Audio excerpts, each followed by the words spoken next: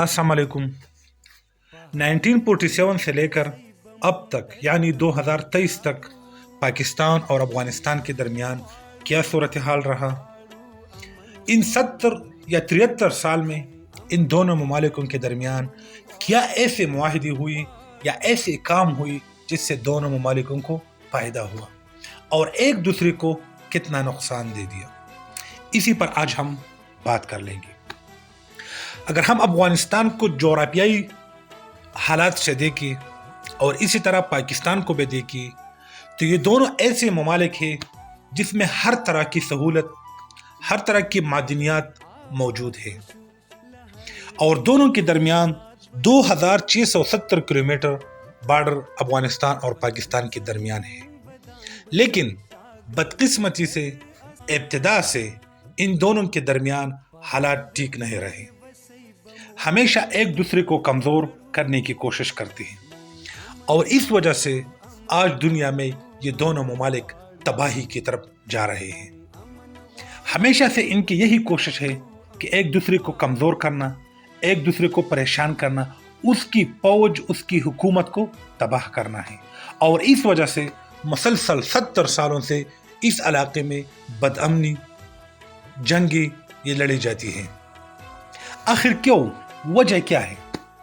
हम यूरोप से या ऐसे एडवांस ममालिक जिनकी बॉर्डर एक हो, आने जाने में तकलीफ न हो, इनसे हम क्यों सबक नहीं सीखते?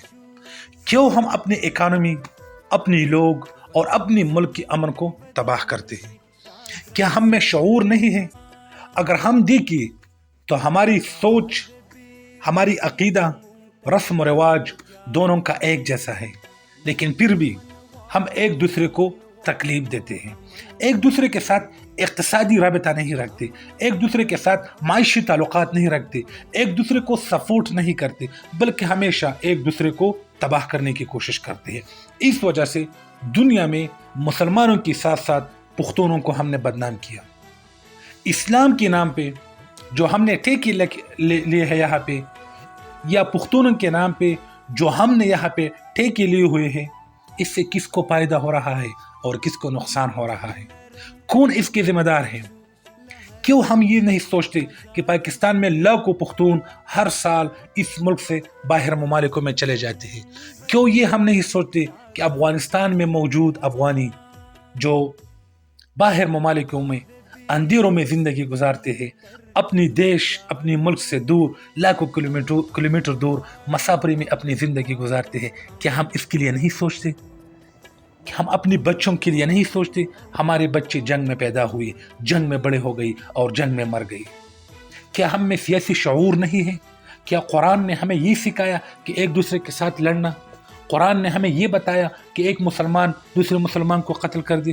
कुरान ने हमें ये बताया कि अपने इलाके में बदअमनी कायम करो? नहीं, इस्लाम अमन का दीन है। इस्लाम ने हमें अमन सिखाया है, इस्लाम ने हमें सीधा रास्ता सिखाया है। लेकिन हम क्या करते हैं? हमेशा एक दूसरे को मारना, एक दूसरे को जलील करना, अपने इक़्तिसाद को तबाह करना, एक दूसरे को सपोर्ट नहीं करना और दूसरों की जंग। ये बात नोट कर लो कि अफ़गानिस्तान और पाकिस्तान में हमेशा गैरों की जंग होती है।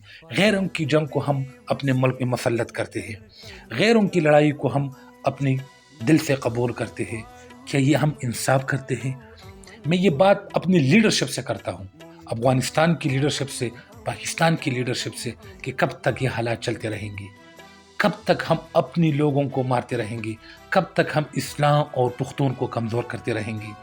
इसके बारे में हम नहीं सोचते। इस दुनिया में हम किस चीज़ के लिए आए हैं? हम क़त्ल गारत के लिए आए हैं? हम बदअमनी के लिए यहाँ पे आए हैं? एक दूसरे को जलील करने के लिए यहाँ पे आए हैं?